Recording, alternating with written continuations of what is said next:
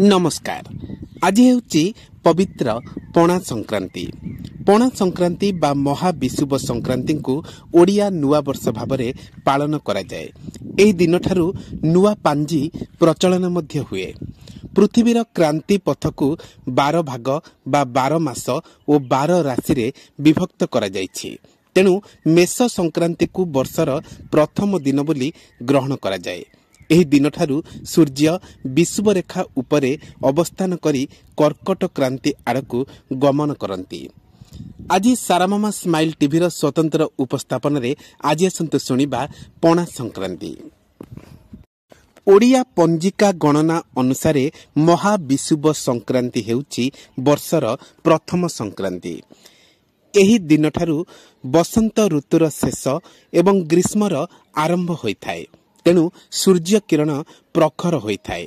ग्रीष्म ऋतुर प्रथम मास बैशाख प्रचंड रौद्रतापरू माँ वृंदावती को रक्षा करबा पई तुलसी चौरा उपरे चांचेरा बांधी ठेकीरे पानी भरी जल अर्पण करा जाए। ओडिया माने एही दिन छेना क्षीर बेल और गुड़ आदि मिश्रण रे प्रस्तुत पणा ठाकुरंकु अर्पण करबा सहित पीबार मध्य परंपरा रहिछि। प्रत्येक ओडिया घरर एही पूजा परंपरा संपूर्ण नियारा अटे। एही संक्रांति परठारू उद्भिद जगत एवं जीव जगत को जल प्रदान करा जाउथिबारु एही संक्रांतिर अन्य नाम जल संक्रांति मध्य बोली केही केही कहिथांती। पणा संक्रांति ठारू रास्ता कड़ारे पथिक मानकर तृष्णा निवारण पई जल छत्र मान खोला जाइथाए। एहा सहित वृक्ष मूलरे जल दानर प्रथा मध्य काहीं केबेठारू प्रचलित होई आसिछि। विषुव संक्रांति दिन महावीर हनुमान जयंती मध्य पालन करा जाए।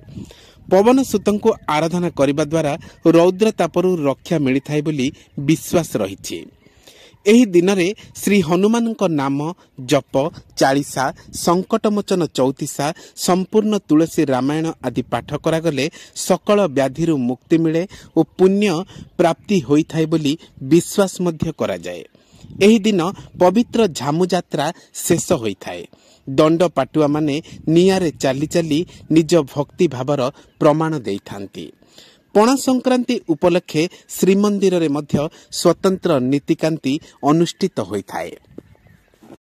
आजिर एही पवित्र दिन पणा संक्रांति एवं ओडिया नववर्षर अनेक अनेक शुभेच्छा एवं अभिनंदन।